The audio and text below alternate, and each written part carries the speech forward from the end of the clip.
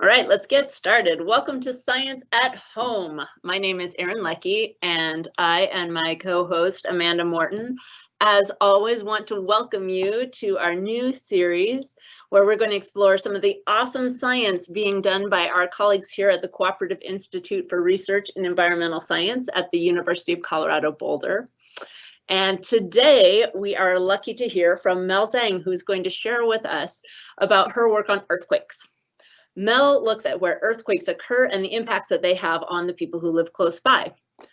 Now, Mel loves the outdoors and she's always liked rocks and bugs, but she didn't get interested in science as a profession until she was already in college and she had a chance to go do a field program in Alaska for 2 months.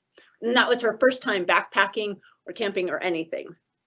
And so she obviously enjoyed that experience.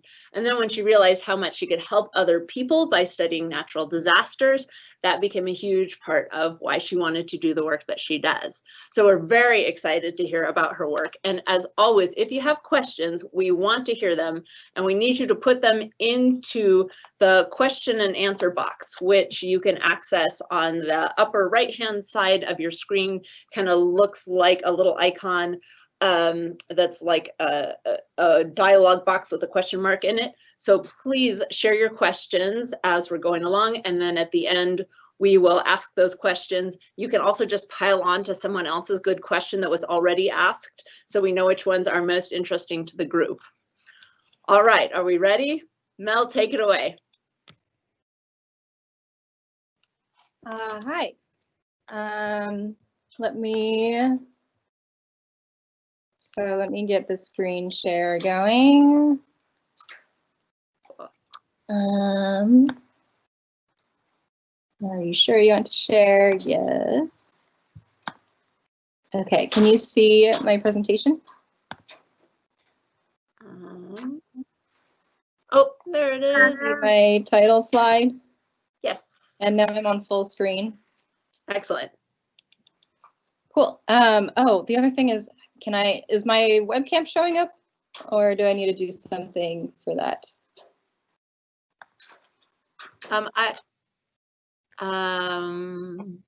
Or maybe it doesn't matter. You were showing up for a second there, Mel. Yeah, you have just cut out. turned off your your video. I think I just fixed it. There you go. Okay. Cool. So my name is Mel. I just very recently graduated from CU Boulder with my Master's of Science degree from the Department of Geological Sciences. I am going to talk a little bit about what I studied, which is a field called seismology. And I'm going to talk about what that is, how earthquakes work, and why we study earthquakes. And at the end, I will briefly talk about my particular path to getting into earth science and getting into the program that I just went through. So, what is seismology? We can't really talk about that until we have a little bit of an idea of what the Earth looks like inside, because seismology studies what's beneath the Earth's surface. So this is just a really simplified diagram of the inside of the Earth. You could think about it as kind of like an egg. It's got a bunch of different layers. You have a really thin crust on the outside of the Earth, and that's the surface that we can interact with and that we stand on, but it's very thin. You can think of that as the egg shell. And then inside of the eggshell, you have a layer called the mantle. And then inside of that is the core. So you can think of the mantle as the egg white, and even though there's 2 layers to the core, just for simplicity, I'm just going to call that the egg yolk. What I am actually concerned with is mostly stuff that is all at the crust level. I don't know if you can see my mouse, but everything that I have studied in seismology is at the crust and surface level. So shallow Earth stuff. And I'm also going to just talk about what tectonic plates are in case people don't know. So you can think of tectonic plates as pieces of the crust, which is not all one whole solid thing, but it is broken into large pieces, and these different pieces are tectonic plates, which have the ability to move around on the surface. The movement is very, very slow by our standards, only a few centimeters per year at most. So geologic time versus human time, things tend to take place on a much, much longer time scale when it comes to changes in Earth's surface and interior. So here's a visual of what the tectonic plates, the major tectonic plates on Earth are. So you can see the black lines in this figure show you where those breaks are that I talked about in the Earth's surface. And then these individual plates have the ability to slowly move in relation to each other as they kind of float on the Earth's surface. And just a fun fact, this little boundary right here is right off the coast of New Zealand, and that is where my study area was when I did my master's. So hopefully my animation will work. To describe what an earthquake is and to show you a little simplified visual of it, essentially an earthquake is a series of waves that move through the ground and cause movement, which looks like it's working. So you can see as the wave moves through different types of ground with different properties like density, the waves might behave differently as they go through different parts of the Earth. Oops, playing again. So where in the world do earthquakes happen? They can happen in different types of environments, such as in the middles of continents. So over here you see a major continental collision zone where there's a lot of earthquakes that happen in the middle of the land. They can happen in the ocean. So even though the Earth is covered by water here, there's still a major tectonic boundary here under the ocean, where some earthquakes, not a lot, but some of them do occur. And then the majority of earthquakes actually occur on our coastlines. So all of these red dots are earthquakes that happen along coastlines where land meets the ocean. And this zone is famous for earthquakes. It's called the Pacific Ring of Fire because it pretty much rings around the Pacific Ocean. And this is where the vast majority of damaging large magnitude earthquakes occur in the world. So just a short video. I'm not sure if the audio is going to work with this, but it does have audio. This is an animation of how land moves during an earthquake. And this in particular is one of those zones where the land meets the ocean that I just talked about.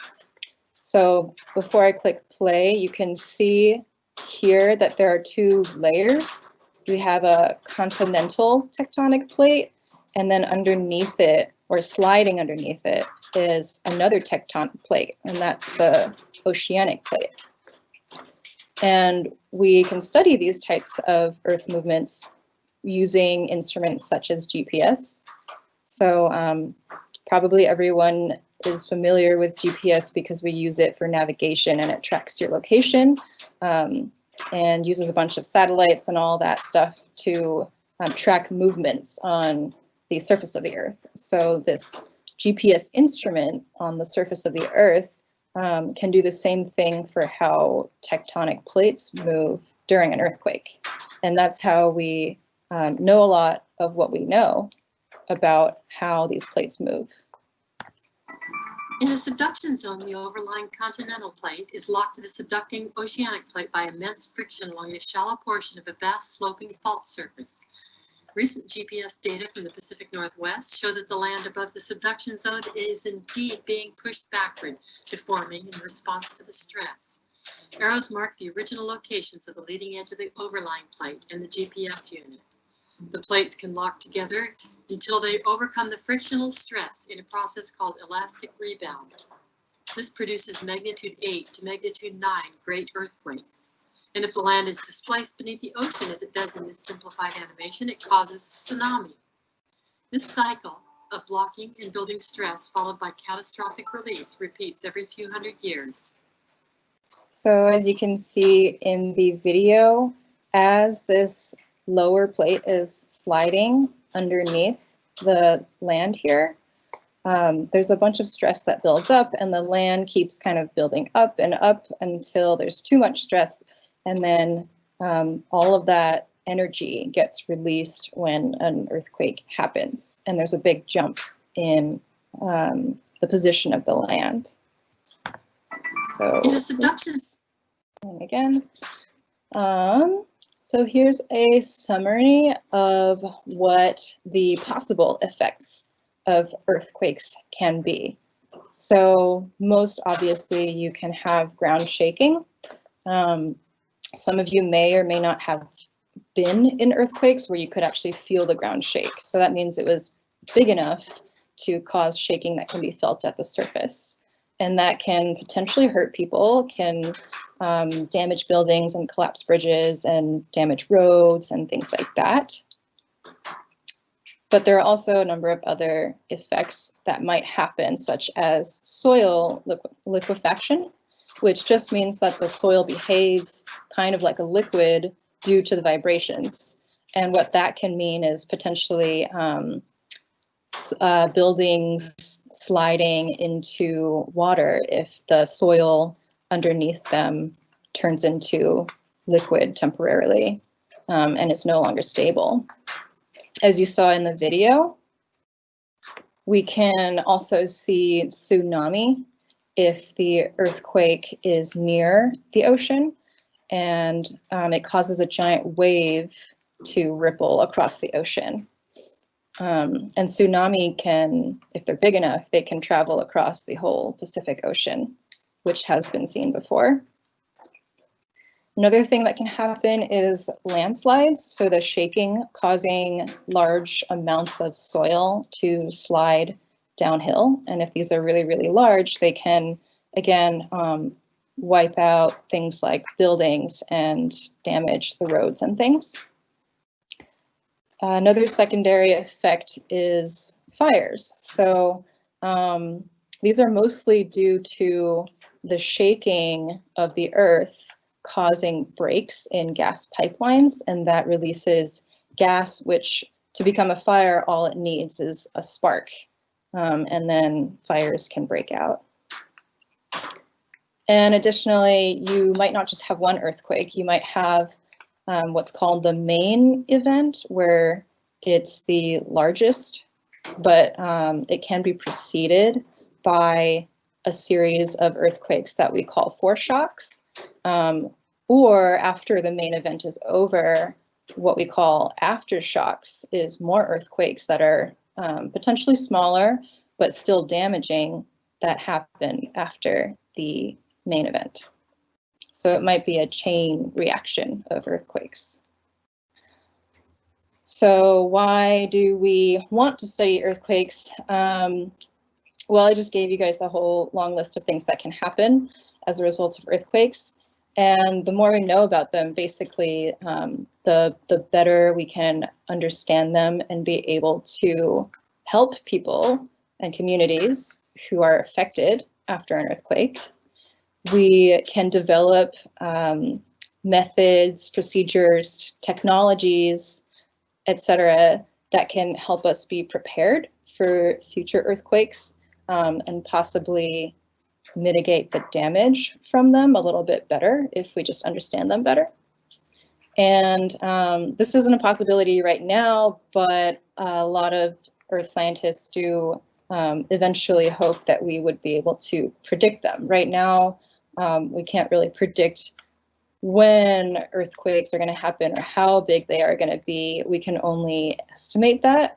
And sometimes your estimate might be within like a range of thousands of years, just because geologic time is very different from human time.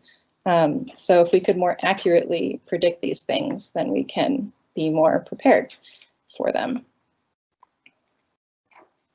So I'm going to just kind of quickly talk about how I got into studying science. Simply put, I was an undergraduate doing my bachelor's degree in environmental studies, which, even though it sounds similar, it's kind of different from geological studies or earth science. But I had always been interested in the environment and taking care of the environment and how things work in nature.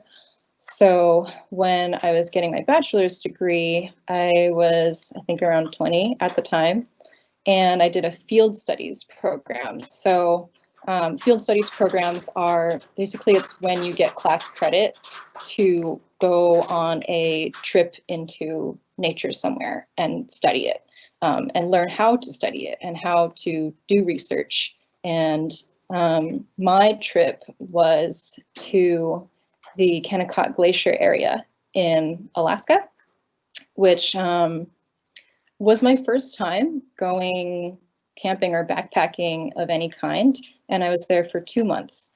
And it was very memorable, very eye-opening for me, and I just had so many questions about how the Earth works. That being said, it kind of stuck in my mind for a long time, but I didn't immediately pursue going into the field of geology, which is what I just got my master's degree in. I actually took a bunch of time off of school. So for 6 years, I focused really heavily on circus arts, which is totally unrelated to earth science. And I spent a bunch of time basically being a circus arts instructor and performer in the San Francisco area in California, and was not formally in school. And during that time, I was definitely focusing on my artistic side, but still thinking about, okay, well, when I decide to kind of stop focusing on this so much, what am I going to do? Because I never actually was planning to be a career level circus artist. So eventually I hopped back into some community college classes to fill some prerequisites, and I applied to graduate school. And that's how I ended up at CU Boulder. And I knew that I wanted to study geology, but other than that, I didn't have any specific focus within geology that I knew I wanted to do, because I thought all of it was interesting.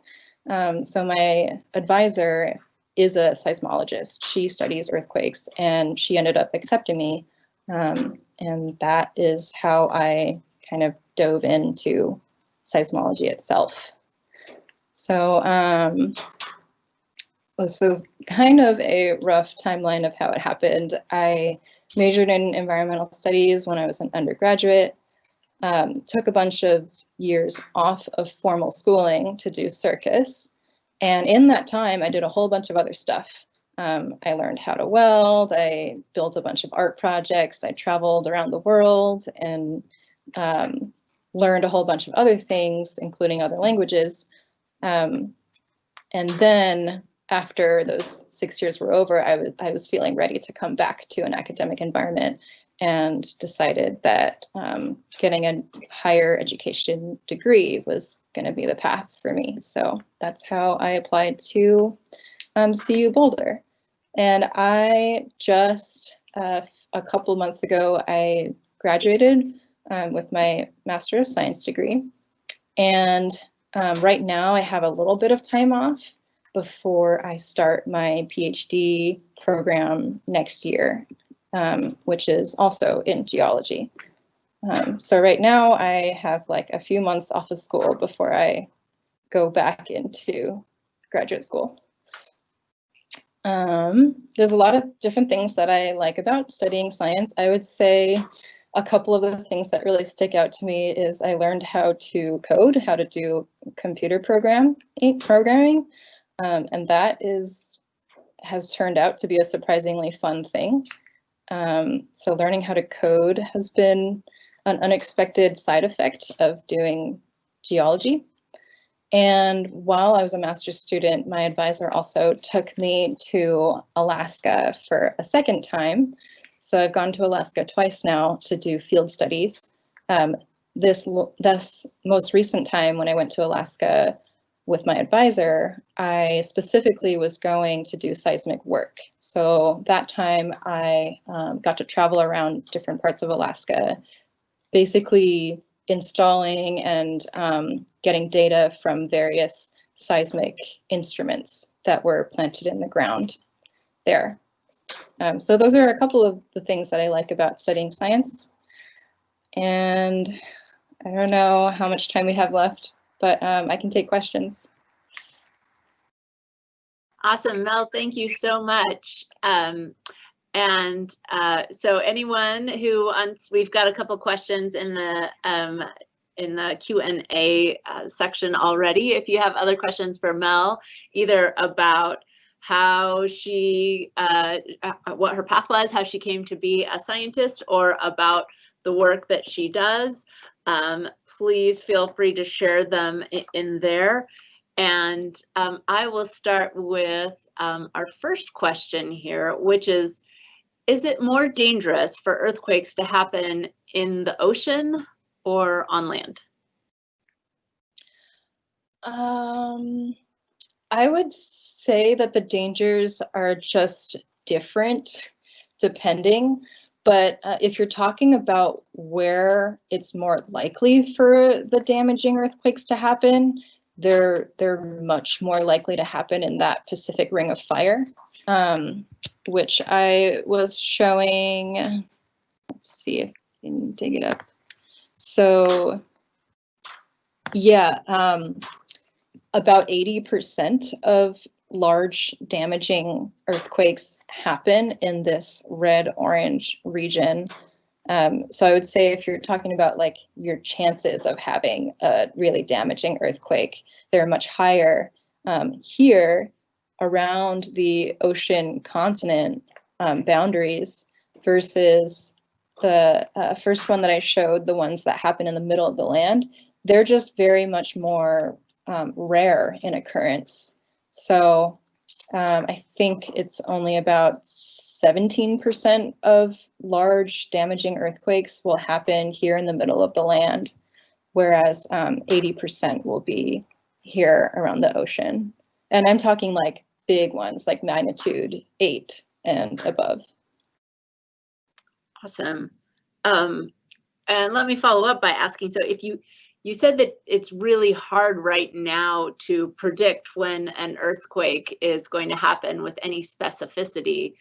Since you're really interested in how earthquakes impact people, are there things that people can do if they're in a spot that they know has historically had earthquakes to prepare for an earthquake, even though they don't know exactly when it's going to happen? Yeah, definitely. I think that one of the best examples is to look at what Japan does and what they have going on as like earthquake safety measures, because Japan has first of all such a long history of people living right on top of a really active earthquake zone. So they've had a long experience with these types of things.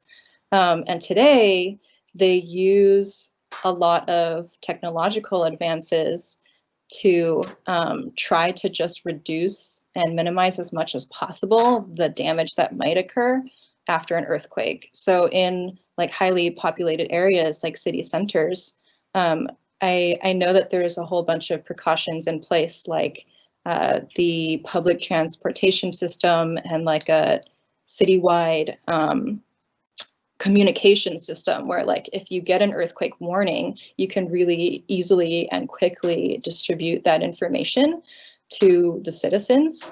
And I think that there's measures in place so that once you have that information, you can use the public transportation systems to like really quickly get to a safe place. And also just people are really well trained to know how to deal with these types of things. I think most of us probably learned the like stand in a doorway or get under a table if you feel the ground shaking, like get to somewhere where you're going to be more protected. And I think that just because of its long history with earthquake experiences, Japan just really has that system dialed in really, really well to where as soon as you think that there is a big one that's about to happen, you can like act quickly and try to get people to safety as fast as possible. Awesome. Let's maybe take one more question here. What would you say is the most fun or interesting part about your work? So I definitely would say that my few, even though they were pretty few and far in between, my field experiences were definitely the most memorable part of me doing science. And you know, I don't spend a lot of time in the field, so it's not like I'm out there all the time collecting data or taking observations or anything. It was really a pretty rare occurrence for me.